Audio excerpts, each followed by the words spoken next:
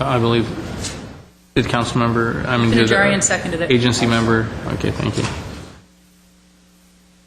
Okay, welcome to the November 8th, 2011 joint meeting of the Glendale City Council and the Glendale Redevelopment Agency. Can we have a roll call for council? Council members Manukian. Here. Najarian. Here. Montero. Here. Weaver. Here. Mayor Friedman. Here. Yes, roll call for redevelopment. I was hoping you would call me. Agency members Friedman. Here. Najarian. Here. Montero. Here. Weaver. Here. Chair Manukian. Here. Can we hear your report, please? Agenda for the November 8th, 2011 joint public meeting of the City Council and the Redevelopment Agency was posted on Thursday, November 3rd, 2011 on the bulletin board outside City Hall. This is a joint public meeting. It's a public hearing before you as Director of Community Development regarding proposed mixed-use development, Legendary Tower Glendale, to be located at 300 North Central. 1A is an ordinance for introduction approving the statutory development agreement. Okay, can we hear the staff report, please? Yes, to Mark Berry, Senior Project Manager. Mark? Madam Mayor, could we open the public hearing? I will open the public hearing. Mayor Freeman, Chairman Manukian, members of the Council and Agency. The Legendary Tower project is located on the northeast corner of Central and California.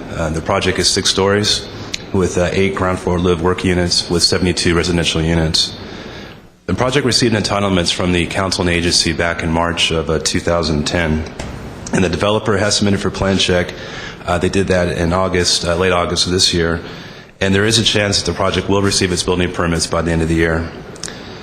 The amount of the park and library impact fee is based on when a project received its building permit.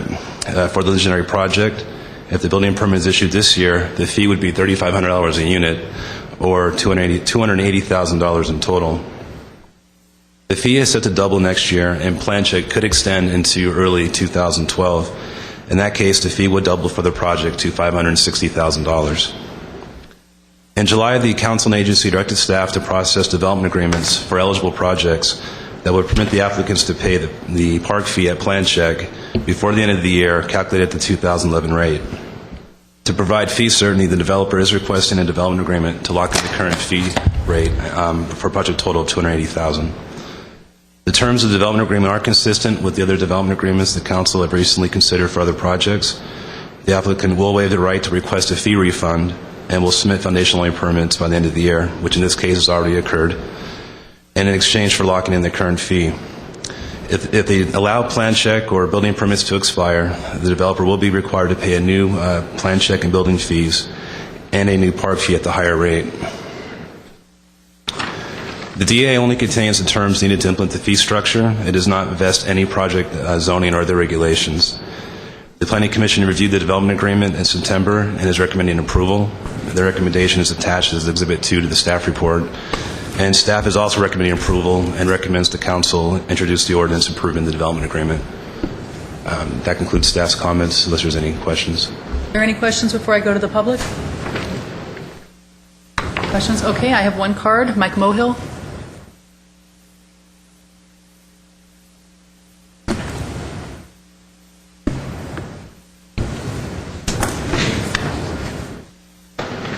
Thank you, Madam Chairman. My name is Mike Mohill, council members, and the viewing public. 6 stories high, this building, 72 condos, I can't pronounce that word very well. That means more traffic, more cars. Where are we going to park them? We can have cars from this building parking on the side streets. Is that okay? Just like they do in South Glendale, south of Colorado Boulevard? Is this what we want? Now I'm going to be told, according to the Downtown Pacific Plan or whatever plans we all have here in the past, this plan will meet the requirements. And I say these requirements are probably just the minimum. Why not go the maximum? We can't afford any more cars parked on the streets. Why don't you ask the neighbors who will be next to this building on those residential streets, will they mind having another 100 cars parked in front of their house every night when these residents in these apartments have their guests visit? and they don't have maybe only one parking spot for a guest? That's one issue that concerns me. Water. If there's a drought, will we ask these residents to pay twice as much? Because we've given up in the past for this project to happen. Water is a precious thing. In fact, what's funny, I remember Mayor Friedman once said one evening that the more water we use, our water rates will be reduced. And I said, wow. Yes, I remember you saying that, ma'am. Yeah. Check the video. Yeah. I'm like, wow. Okay. Another issue is this developer wants to reduce his impact fees for the future. I asked the question, why? We need the money. We need more money to pay for and buy a soccer field for South Glendale. When are we going to start? Are we going to ever buy the property, the Target Corporation's land along San Fernando Road? It's about 10 acres of land. That would be great for soccer fields, 3 acres, okay? But no, we're going to let them have it just, it's only money because we're desperate to have anything moving to Glendale right now. I say no. If Glendale is such a wonderful place to live, let's raise the bar to move in, not lower the bar by reducing the impact fees. Thank you. Thank you. That's my last speaker. I'm going to close the public hearing. Mr. Menuchyan? This item is only the development agreement that reduces the fee, basically. It's not, the entitlement is there. We're not voting for the entitlement. We're not voting for the project itself. We're only voting for their request to pay their fees now as opposed to later for a reduced fee for the non-refundability exchange, yes, basically. To be perfectly clear, to pay the fees that are required this year and also to have at least the foundational plans in place by the close of the calendar year. Right. And this Which at that point means the project is moving forward, so that's Right. the quid pro quo. So there are no entitlements in this motion. There are not. I see an ordinance Entitlements for have all been introduction. granted. The Entitlements ordinance are is just for the development agreement and Exactly. for the fees. Yes, Is that correct? That's correct. that's correct. If wasn't this, I remember this project, this location actually, a number of years ago, and they were going to build office buildings, and then they were going to build an 8-story building, wasn't it? Now it's 6-story, I right? think it was actually higher than 8 when it first came. Was it? About 10 Considerably maybe? higher than 8. Well, the office building was much Right, higher. right, much higher. And then they came back with a residential condo, Right, I believe, when right. the housing bubble was booming. It was Right. approximately 8 stories, now it's 6 stories.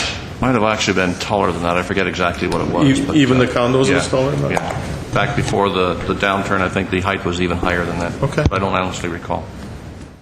Mr. I'm Najarian? seeing staff say, yes, it was higher than that. Just by way of historical reference, the agency and council had already voted on the policy to permit the reduced fees to be implemented through the end of this calendar year. Is that the correct time period? After this calendar year, it goes to the $7,000 per unit fee.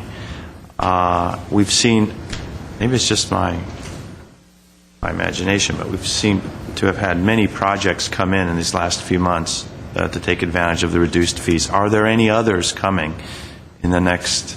I believe there's 2 more, Councilmember Jaron. 2 more coming? Actually, 4, I believe. 4 more? But we've seen them before in different Yes. incarnations. We have them Only- scheduled through this month because the last round will be this month. That will then give 30 days for the ordinance to be in effect. To be clear, these aren't new projects that we haven't These are seen. not These are new projects that still have to do their final design review. Right. Projects like the Lemley project, Yes, which we've seen several times. Right. And there's a few others that we've seen. that's right. 4. Yeah.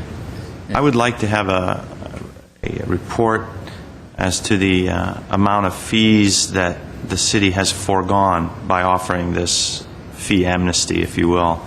Well, we're compared putting to what together the- a report. Yeah. Compared to what the full load of fees would have been had council not adopted the more lenient policy? Well, the way that we were going to give you a memo explaining the number of projects that have been approved and the fees that have come in.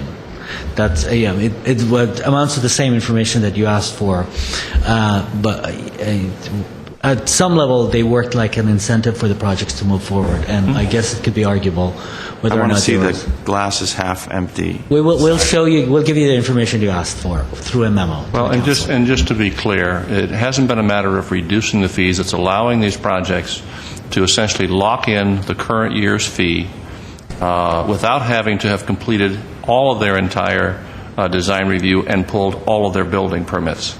I say all because they still do have to complete their design on their foundations prior to the close of the calendar year, which is a considerable amount of the work to be done.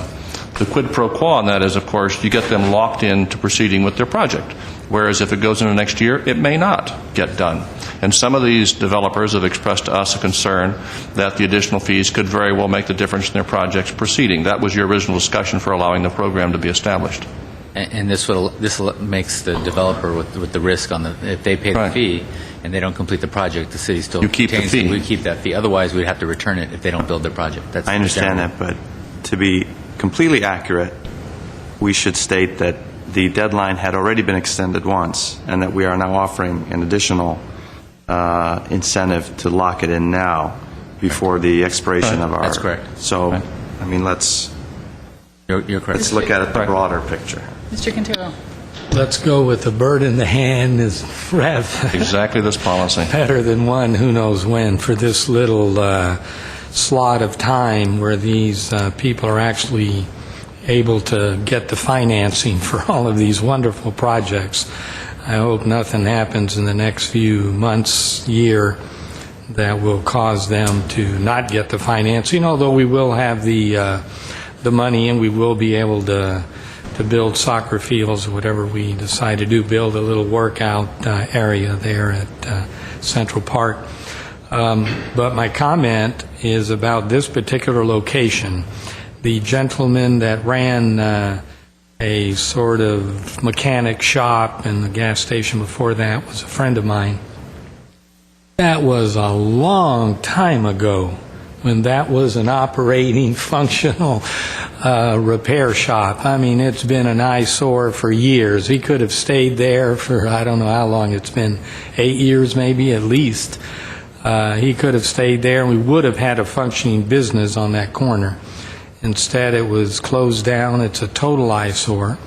And hopefully this project will bring people living there, and they'll be able to walk over to Brand and walk to some of the central businesses and spend their money, and they will have adequate parking for their tenants. And in addition to that, of course, we have commercial at ground level, so I do support the project.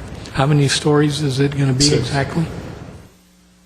6, yeah. And it's fully parked, right? Sorry. Yeah, 1 commercial and then 5 residential. I don't recall what the parking variance on this. The staff report mentions a parking variance. I don't recall what it was. The project has 165 parking spaces. There was a 7-space parking exception.